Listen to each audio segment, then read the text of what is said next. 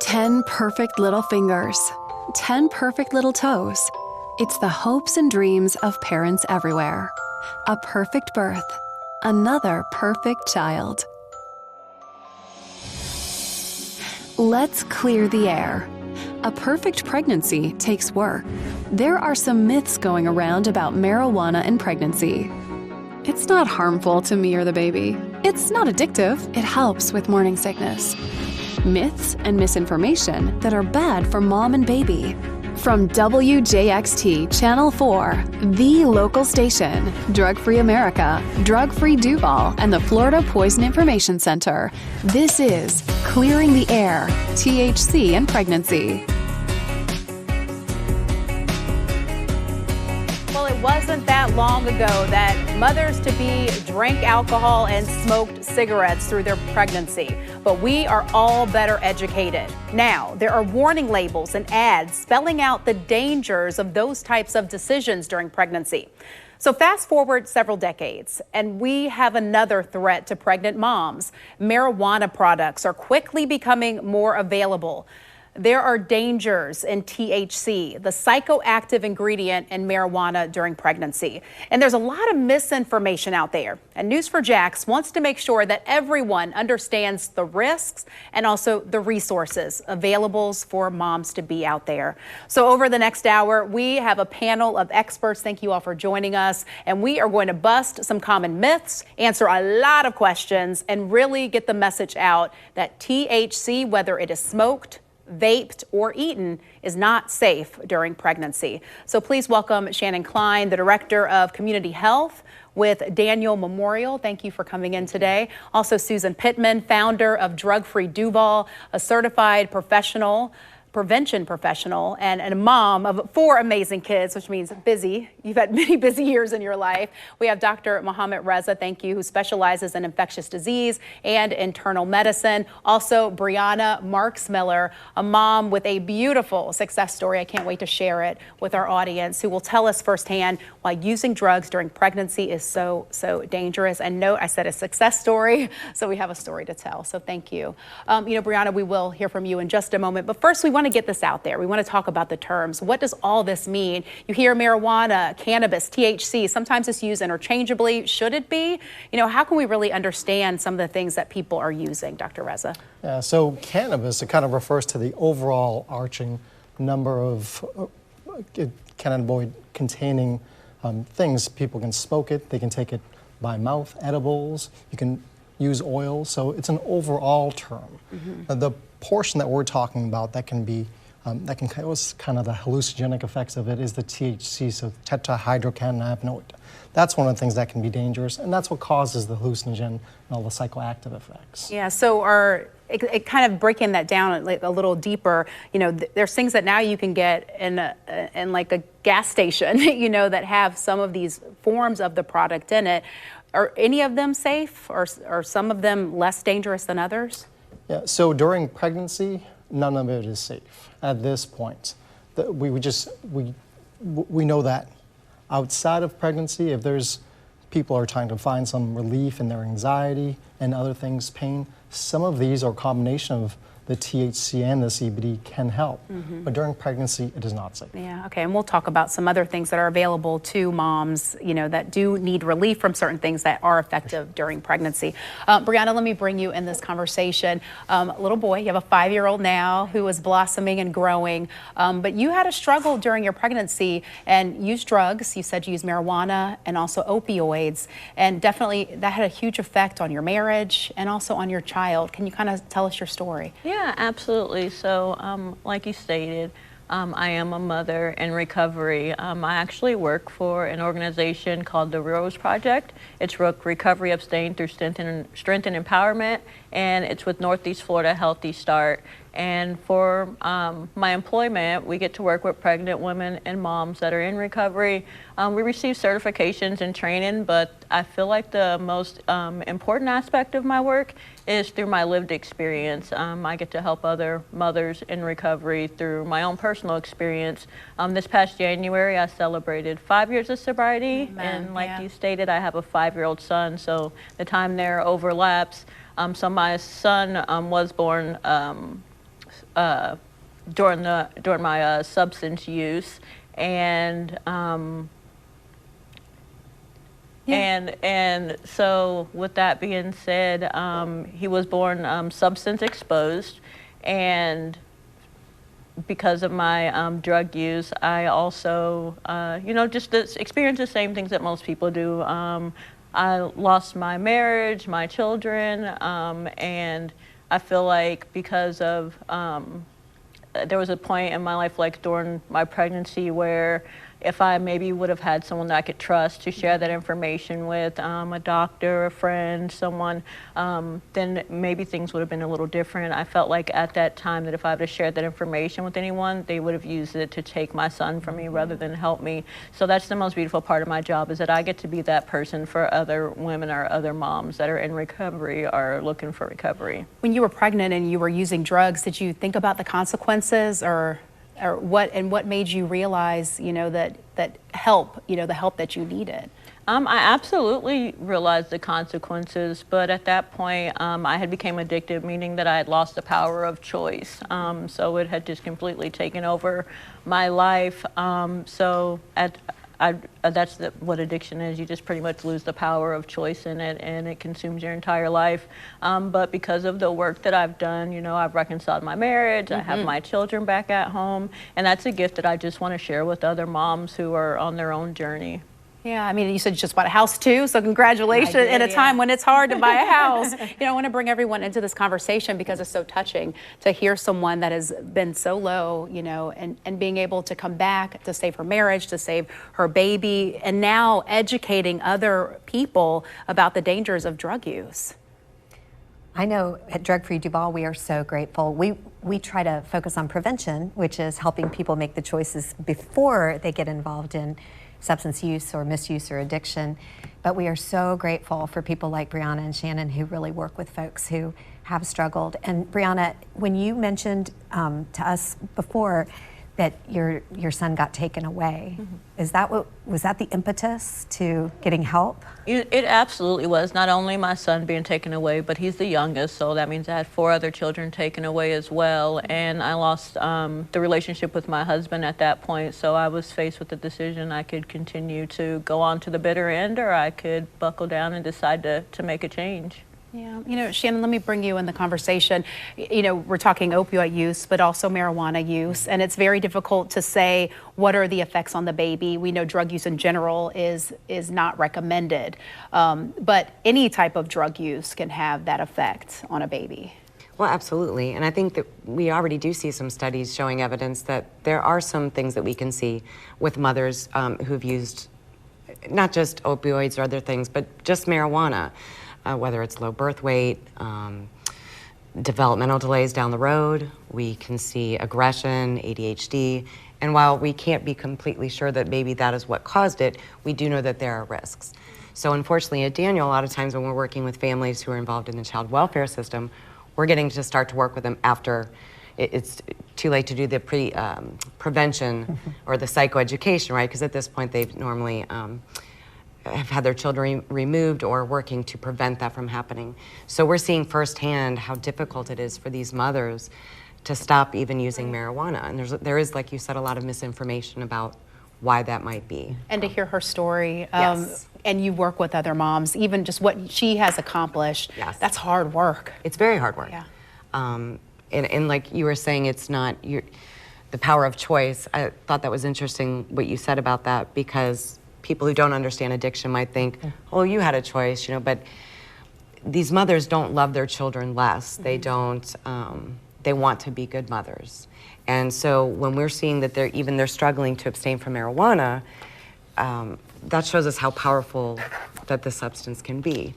Because I know moms want to be moms. Yeah, that's definitely what we want to talk about Yes. today, is allowing moms be moms and keeping families together and having that education on the front end. Dr. Reza, what does that counsel sound like, especially if you know that a mom or someone who wants to get pregnant is using marijuana? Maybe they have a medical card and they're doing it legally, but there's still a conversation that has to happen even when you know that you want to get pregnant. For sure. And marijuana can help in many different things, or CBD, THC, it can help. But if somebody's trying to conceive or become pregnant, by far, do not continue with that. So I recommend the people I care for at least 14 days prior to them even trying to conceive to stop use of any of that, edibles, any of it.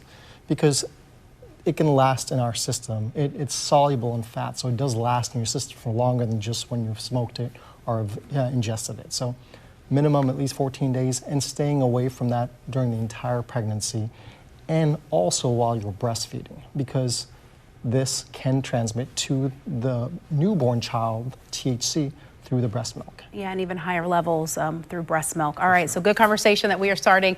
Thank you all again for joining us. We have a lot to talk about. So when we come back, we are busting more myths about marijuana use during pregnancy. Also explaining, we touched on it, the negative effects even after birth that can continue to happen to a child through the years. So stay with us for Clearing the Air, THC and Pregnancy. We'll be right back.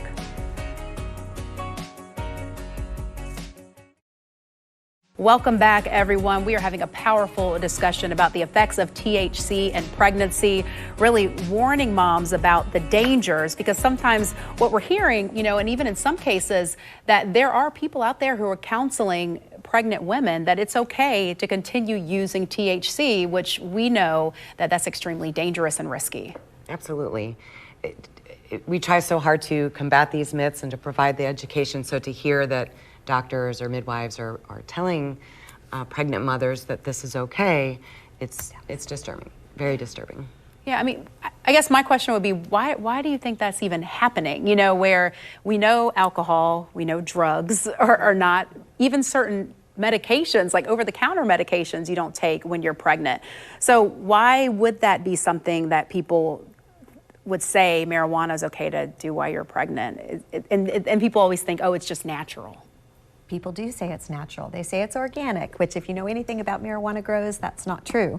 But in addition, the strong urban legends that are around about marijuana, about it overcoming nausea, et cetera, and it does actually, right? It does help with nausea, but the issue is nausea drugs that women are prescribed during pregnancy have been tested for, I don't know how many years, Dr. Rez? Yeah, it would be decades before they would be allowed to be prescribed to the general to people that are pregnant, because pregnancy is just a sacred time, right? That fetus is relying on the mother. So anything that gets consumed by the mom will affect the fetus as well. And we know that now multiple studies have been done through the NIH that using any sort of marijuana or any of these products can decrease the growth, preterm labor, all these other complications. Yeah, and let's kind of delve into that, because that is our number one myth that we are busting, is that marijuana, THC, that it is harmful to both mom and baby. As you said, it is a sacred time. It's a time we take all of, almost like the mom or the person, their needs off the table to care for this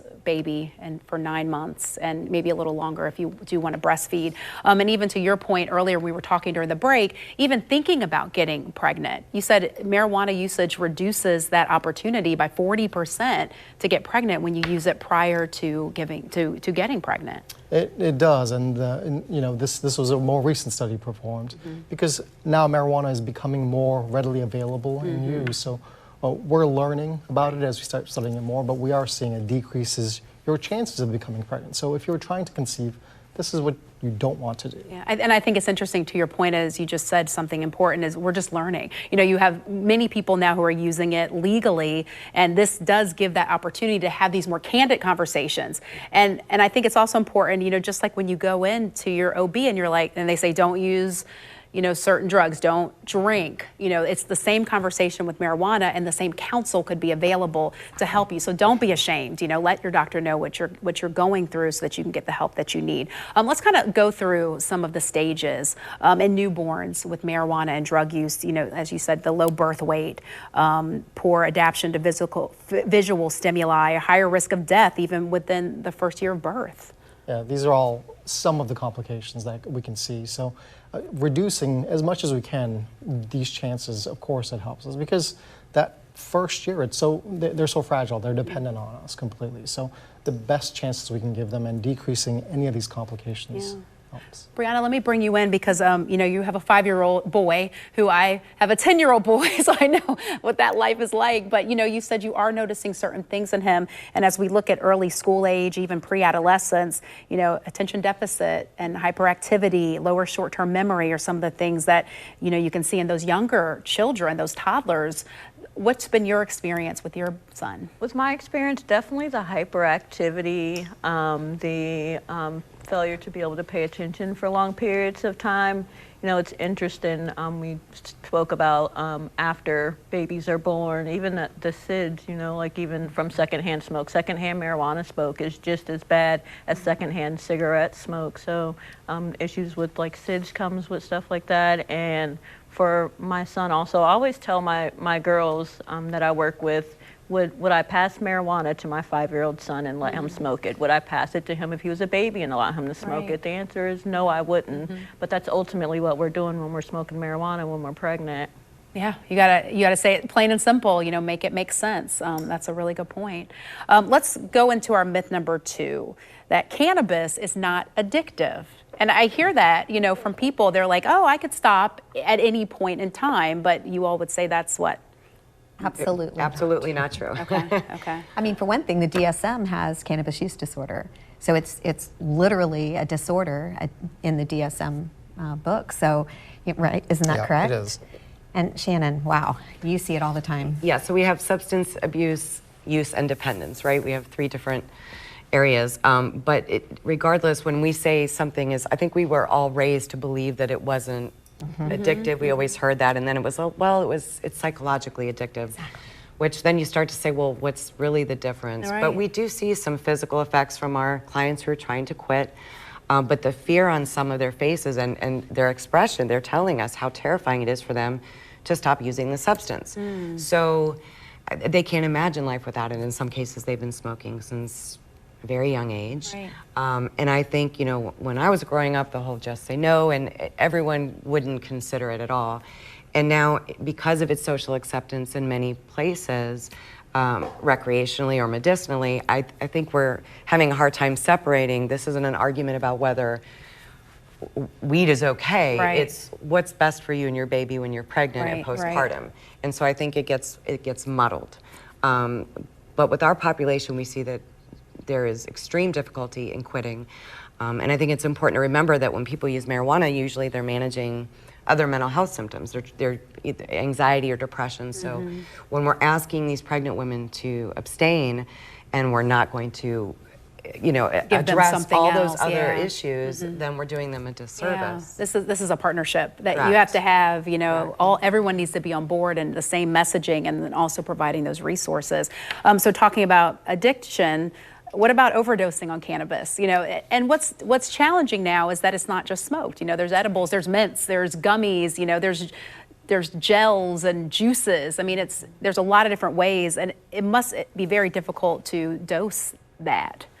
Yeah, there are topical ones you can put cream on. That doesn't get absorbed as much systemically, and the other thing is they may not have the THC component or high. They can't have it if it's over the counter. Right. But when you combine this, especially with other medications they may be on, it can be debilitating. And a lot of times people will say gummies. Oh, I didn't have that effect. So when they're initially starting out, when you mention that it's hard to dose, taking one, this says great, I don't feel anything. Sometimes people like 2 or 3.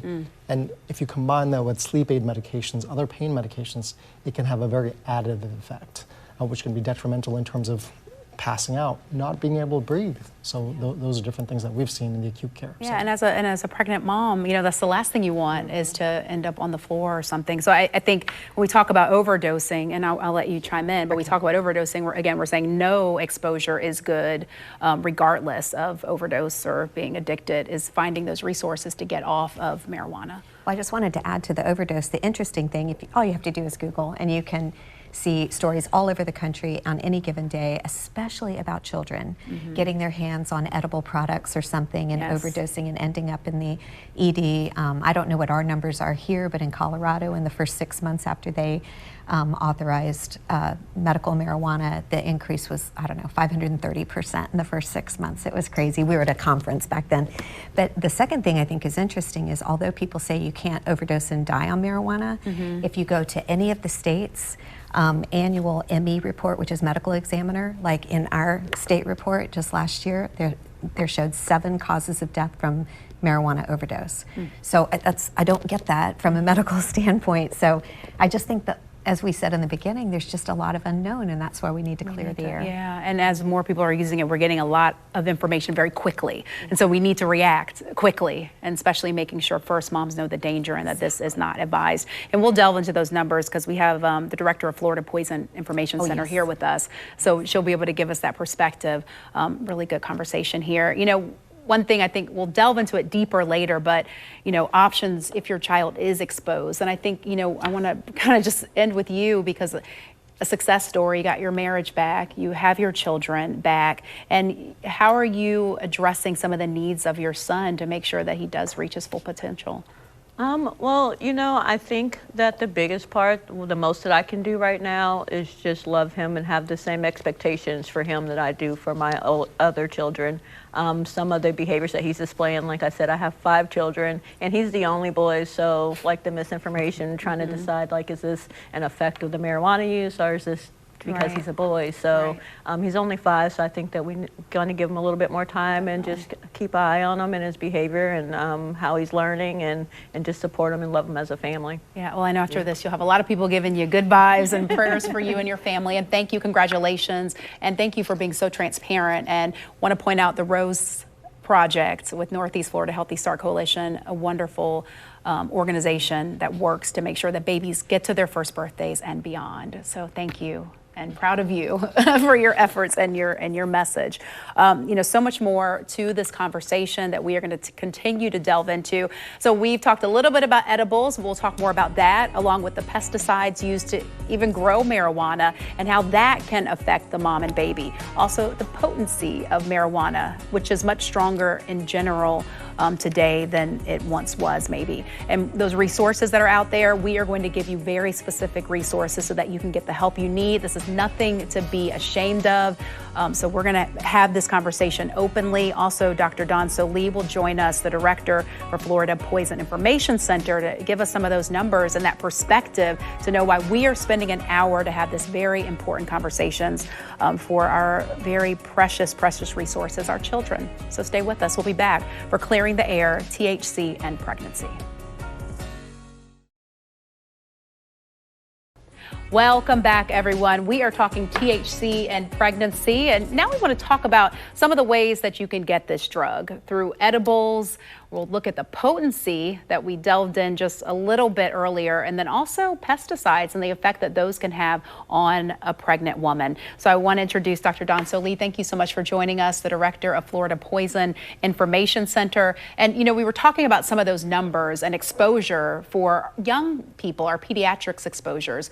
How are we seeing those increase, which means that these drugs are in the household, and it also means that it looks pretty attractive to young children? Absolutely. So just looking at edibles, and as you described, edibles are a huge category. So you have to think about the fact that edibles can be prescription products where they then know exactly how much is in the product, or it can be these products that you can buy at any store, which could be Delta 8, Delta 10, THCO, and the list goes on, where the dose could be a portion of a gummy. It could be a portion of a piece of candy.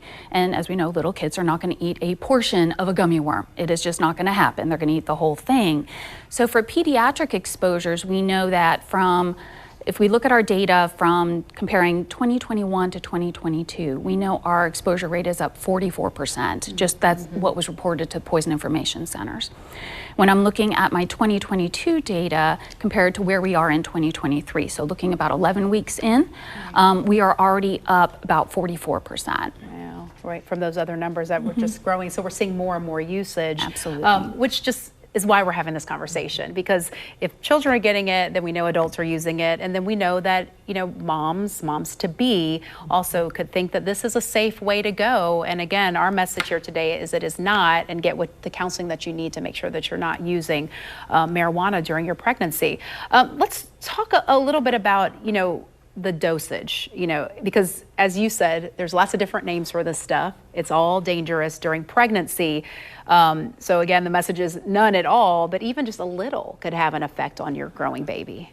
It really can, and the data is showing that can have that effect and long-term effects. So not having any is the appropriate thing to do prior to you trying to conceive and even after you've conceived, especially if you're breastfeeding your child. Can we compare this at all to alcohol? You know, when you think about back in the day, you know, as we started this, we talked about, you know, women who used to drink and smoke during pregnancy, and we didn't know what we didn't know. So they were doing it until it's like, whoa, hold your horses. You know, we can't keep this up. And now the conversation is now changing to something that people think is harmless, marijuana. How does that messaging what does it need to look like in order for it to be effective for moms, you think?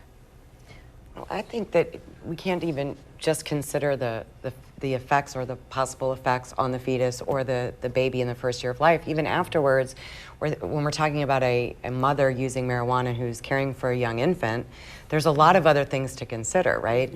Are you smoking in the house? If not, are you smoking outside? Who's watching the baby when you're smoking? If you don't have a medical marijuana card, where are you getting it?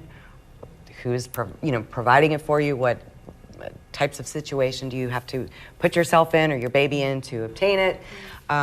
Storage, too. Storage How of it. are you storing these products? If you're not getting it from a dispensary, which I heard recently there was a case where this occurred anyway, is there anything late? How do you know what's in the marijuana? So even if we're just talking about the effects of THC, you don't know what you're getting nowadays in terms of what could have been used or laced with. We have a lot of clients who are genuinely surprised when they test positive they'll say, well, I'm going to test positive for marijuana, I'll tell you right now. And then they come back and they test positive for fentanyl. And they didn't know that they were being exposed to that? Correct. Now, you know, are they always being honest about it, or are they worried about being shamed or scared to ask for help? But I do think in some cases they're genuinely surprised that they've tested positive for these other substances. So I think that there's a lot more to think of than just the issue that we're talking about. Shannon, when a person was using alcohol or does use alcohol and gets pregnant and has a baby that has fetal alcohol syndrome, it's really obvious physical characteristics, et cetera. And I think that's one of the things that's really confusing for our moms is they can have a baby who might appear to be unscathed, you know, at first. But as the doctor has shared, you know, the impact is there on the child, and it can be respiratory things, it can be mental health disorders later, it can be ADHD, it can be some of those things. So how do we get the message out? You know, I think we need to just let our mamas know that we care for them and that there are really great resources out there, and that, you know, if they have pain and they're using medical marijuana for their pain, let's help them find the best connection to alternatives to THC during their pregnancy and postpartum. So I don't know. How do we do it, you guys? I don't think anyone has the answer to that, but I do think it starts with not necessarily shaming moms too. You know, I think especially if you have a medical card and you're doing it legally, you know, let's have that conversation and let's figure out what are the options, because there are some great options that moms can take advantage of that won't have these negative effects. For sure, and granted that nausea vomiting is a very common thing during pregnancy. Oh yeah. You know, 75% of women will experience this. So things such as vitamin B6, things such as ginger, you know, there's Prego Pops that we have 4 children, so I've gone through this with my wife, and she lost weight in the first trimester, and because of the nausea vomiting and food aversion. But talking to your provider, talking to your doctor, nurse practitioner, or PA, and saying, hey, I have these side effects, I'm using marijuana now to help me, how do I how do I these? manage as Yeah. I plan to become pregnant? Yeah, and there are several different medications that we can use. It is limited. It is markedly limited when you're pregnant, just Right. because it's a sacred time at that point. Yeah, So and I think we're very uncomfortable when we're pregnant, no matter what. So I think there's a certain level of acceptance of that. You talked about this potentially being laced with things, but even if it's not, some of the pesticides, herbicides, the fertilizer used to grow marijuana, that's also another concern of exposure to the baby. It's a very valuable crop. And so, the people that grow it want to make sure that it doesn't get eaten by bugs and things like that. So yeah, pesticides are used. And I think that's part of the information a lot of moms don't realize. We think this whole urban thing about it being organic and safe and all that, but it's a very important cash crop. And so people are doing what they can do to make it thrive and grow healthy, and so, which includes pesticides, which that can be exposure to the mom, right? And baby. So if you're buying it from one of these agencies or stores, that it has to come from the farm to that store. But when you say fentanyl and things of that nature, they may be buying that off the streets, because that's not legal. You can't buy those at any one of the dispensaries. But you're right. So some of that pesticide, I'm not a toxicologist, but you hope that is not something that's coming through and producing some of the poor side effects. But at the end of the day, you don't want this exposure to your child, the unborn child, regardless of what it is. So marijuana, THC, or any combination of that. Is one of the things maybe we could provide, like the official dispensaries, because the vertical integration that's supposedly what our state is doing, it seems like there might be some additional dispensaries popping up. I don't really know how. Right. I don't really know the manage legality. that. Yeah, we'll have to do some research on that. And News4Jax is a great resource, for us, so we can get that information to people. Also, you'll find these resources on our website as well. So we'll definitely take a look at that.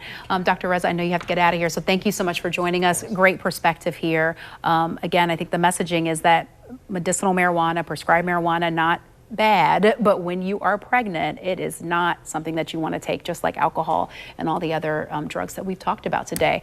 All right, so we have a lot more to discuss, because it doesn't just mean when you are thinking of getting pregnant, when you are pregnant, but after the baby's born, it's also something that you have to manage. So we'll talk about marijuana and THC in breast milk and the effects that can have on your baby. And then also, please stay with us, because we are going to provide some resources and talk about some of the things that you can do if this is something that you're dealing with. So we'll be right back after the break.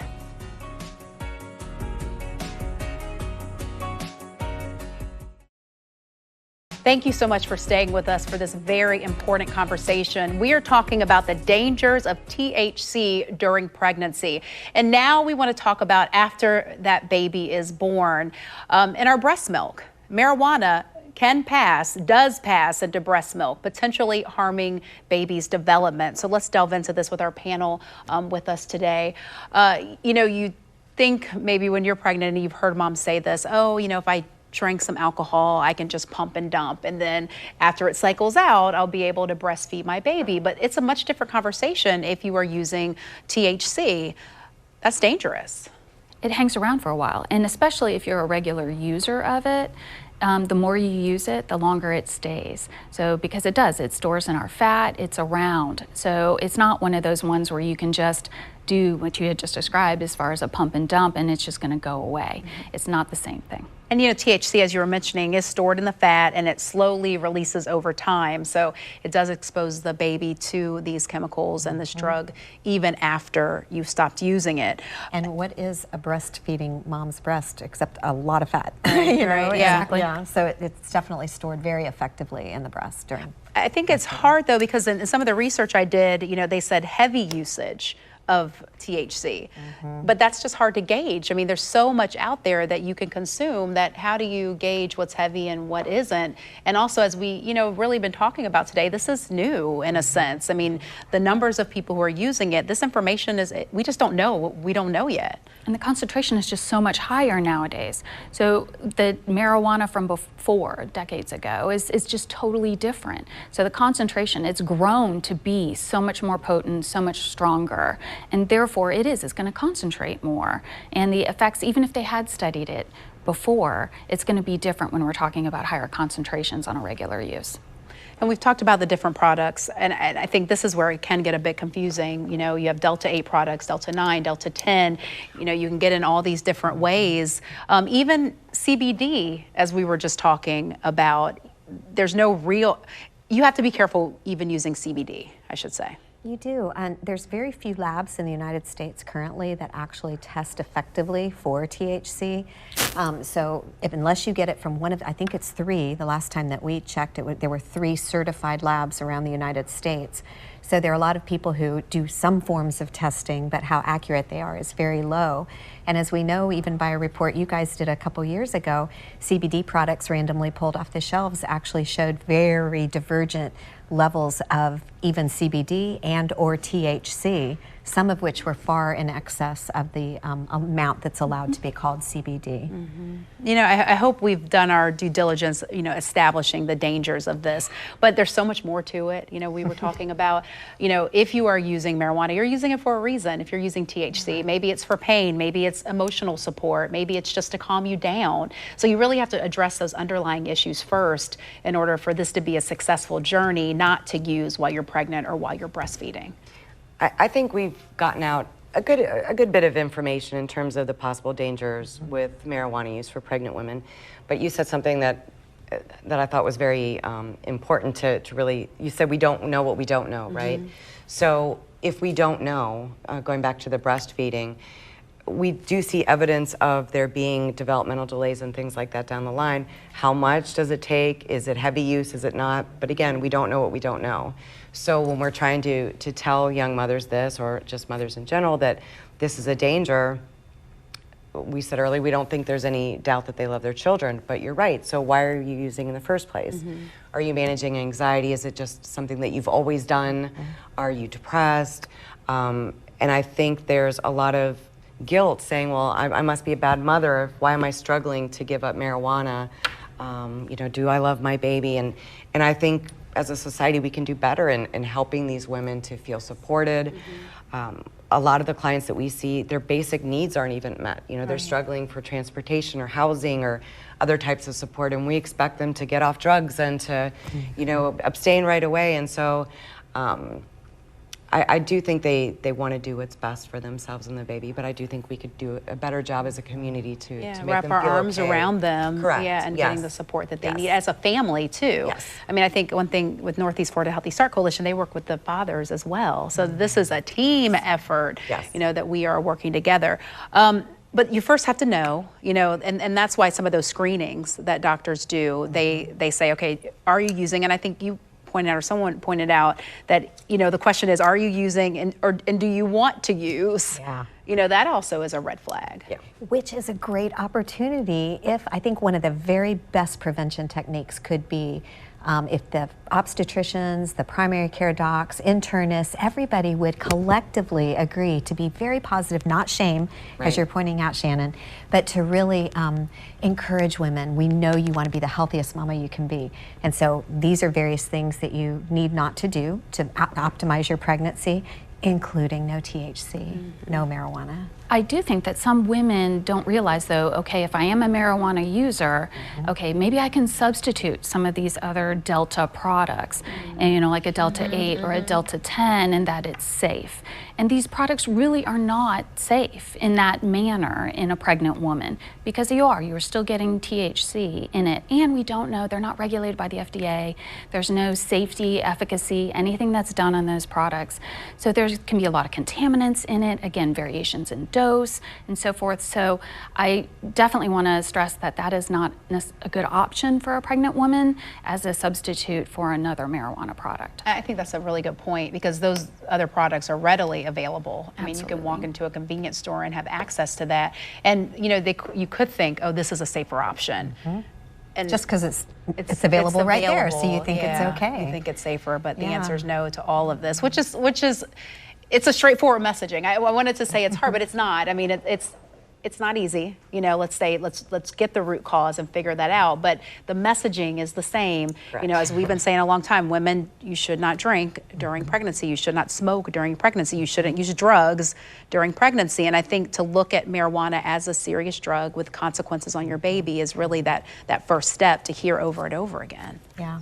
I hope Jacksonville can be the city that just, or North Florida, can be the region that really just does what you said and just wraps our arms around and gets really great information out, a great awareness campaign, and some, you know, some wraparound services that can really support our moms and our families. And as you said, our dads too, you know, because if dad's smoking in the house, even if mom has given it up, then there's the whole secondhand smoke issue.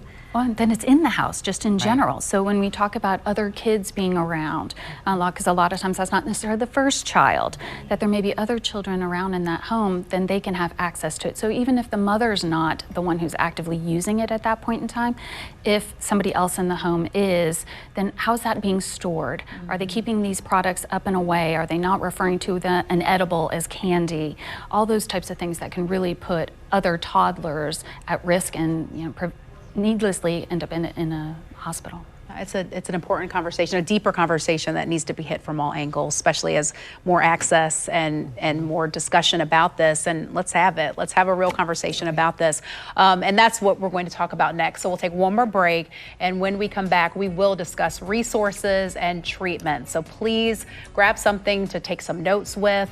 Also, a very important message. Each of our experts hope that you will take from this. You're watching Clearing the Air, THC and Pregnancy. We'll be right back.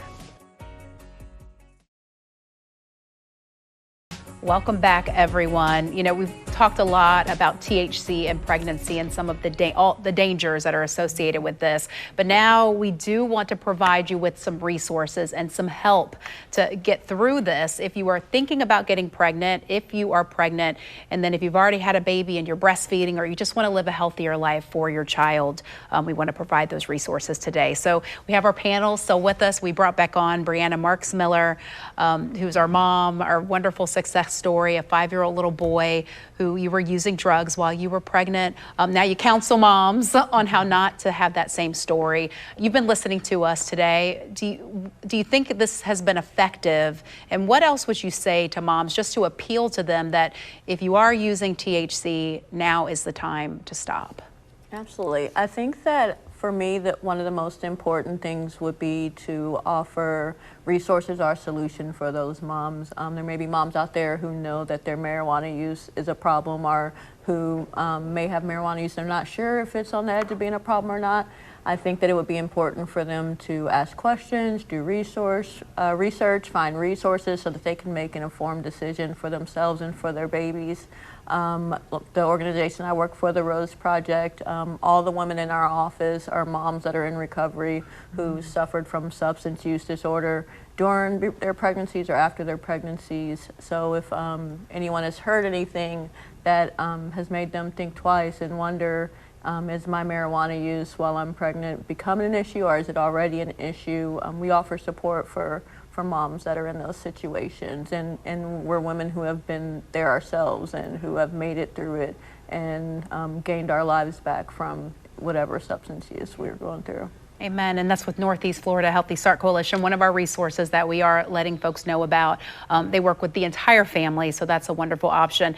Grab that pen, or whatever. People don't use pens anymore. They put everything on their phone. So we will have those resources at the bottom of the screen in this program. So please jot this down so that you can get that help. Because what both of you all said is, you know, our community should be wrapping our arms around these moms to be, because these are our babies. You know, this is the future of our city. And if we have another epidemic, you know, you think about babies who were exposed to certain drugs and babies who were exposed to alcohol, who knows? I mean, we may be seeing some of the effects of those children now with a lot of, you know, teens with anxiety, ADHD, and we just don't want another suicide rates, the mental health issues. These are all things that one day, maybe you could tie even to marijuana usage. Absolutely. So, as you know, I'm with Drug Free Duval, which is the Prevention Coalition. And so we want to try to get ahead of the problem, ahead of the issue. So what we would really advocate, first of all, is reducing stigma. And how do we do that? We provide education and training for any group out there, anytime you need it. Literally, we do 7 a.m. trainings to 7 p.m. trainings kind of thing. We'll do them virtually, in person, etc. We like to encourage moms who are considering getting pregnant, let them know that the state of Florida actually has available, if they are struggling with substance use issues, that while they're struggling, they can get long-acting birth control measures that are free to them so that they can then maybe go to one of y'all's programs and really get some help. We have something called ESPERT, which is screening, brief intervention, and referral to treatment, which is something that we train physicians and agencies on doing that can help you figure out if you're having an issue. So please get in touch with us if you'd like training or education. We'd refer the mamas on to you guys, but that's kind of what we do for the community. Shannon, let me bring you in with Daniel Memorial Community Mental Health. And I think, something that really stuck with me is you're saying, let's address the mental health issues. Let's address the need so that you're not using marijuana when you're pregnant. Because again, it's effective when you're not for a lot of people, but when you're pregnant, it is not, it should not be an option. Correct. Do you think there are more services out there? Do you think people have access to more now that some of that stigma is being at least addressed? I'm not sure if we have more resources. I do think that the resources that we have in town are educating themselves as well in terms of how to provide these services. It's interesting. Daniel has been around since 1884. We're the oldest child serving agency in Florida. And it wasn't until about 6 years ago that we also started to treat adults. And I think, to your point about treating the entire family, that's how you have to do it, right? And so being able to look at the family unit, providing the substance abuse, but the mental health is so important. We can't expect people to abstain from what they've been using to cope for so long without giving them other types of coping skills, strategies, but to really get down to, not everybody, but there are a good deal of people who have some additional mental health issues or unresolved trauma that could be contributing to their use of substances. So we do feel that that's very important. I hope that this will at least encourage women out there watching to know that it's okay to say that you're struggling with it, and hopefully that they are able to reach out and get some help. And that, doctors are asking those questions, as soon as mom-to-be hits the door. I know there are a lot of screenings. Northeast Florida Healthy Start Coalition, I keep going back to that because they do that pre-screening. And to be honest on that paperwork, is there anything that you counsel your moms with that honesty and transparency, knowing that they can get the support that they need? Because that has to be, the first thing, the shame, the stigma of I am a drug user and I also now am pregnant.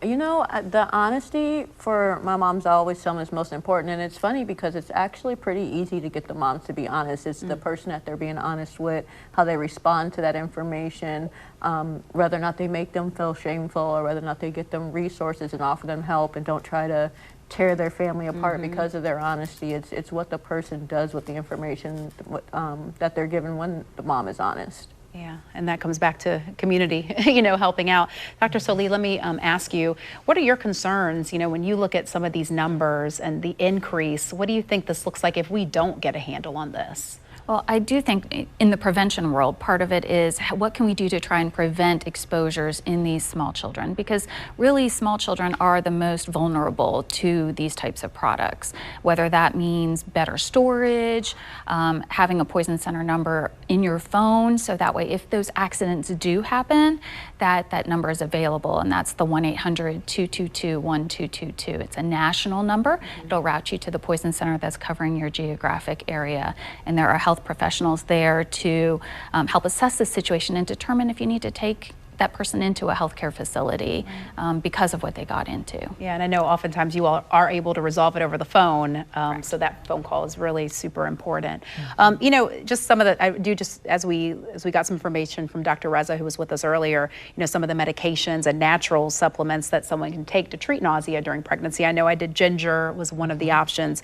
He mentioned vitamin B6. There's also a relief band device that you can use. So again, this goes into having the knowledge and understanding that there are other things that are truly natural and not dangerous that moms-to-be can take to get some relief. Breathing techniques and mindful techniques, a lot of women are finding really helpful because part of the nausea can be related to anxiety and stuff. So if they can learn to bring their central nervous system down through techniques like that, it can really be helpful, and it's free.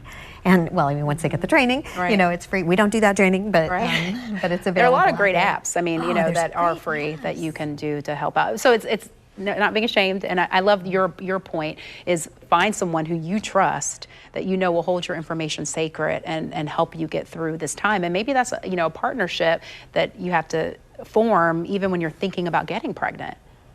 Yeah, absolutely. Especially if the marijuana use is, if you know that you're using marijuana before you get pregnant and you're planning on the pregnancy, it would be important to have someone that you can talk to along the way and be honest with on tips and ideas and ways to quit and what to do if you realize that you're in a situation where you realize that you're struggling with quitting.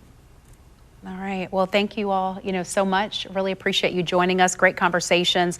Just want to mention Drug Free Duval, the founder here. That's a great resource as well. Daniel Memorial, if you qualify for those services. Poison Control, a great option. And then we have our wonderful Brianna, who was so brave to share her story today with us. And congratulations to you, your son, who's going to do awesome. We're going to put that out there. We do believe that. So, thank you all for joining us today. And if you at home missed anything, or you would like someone you love to see this program, maybe you sit down and you all have an honest conversation and you support them through this journey. You can find this entire hour on News4Jax Plus. It is available on Roku, Apple TV, Fire Stick, Android TV, Chromecast. I say we're everywhere that you need us to be. We're there. You'll search News4Jax on your streaming device to download. You can also find all of this information on our website, news4jax.com. And those resources, again, we will get them on our website because, again, as we talk about this, we are your community. You all came to us to do this hour-long special because we thought that it was really important that we have this discussion today and that people understand the dangers of THC, something that can be good if used in the right setting, and you talk with your doctor about it and get the support from your doctor before you get to the point when you're just thinking about getting pregnant, because the repercussions can be great. So again, thank you all for joining us and hope everyone benefited from this program. Have a great evening.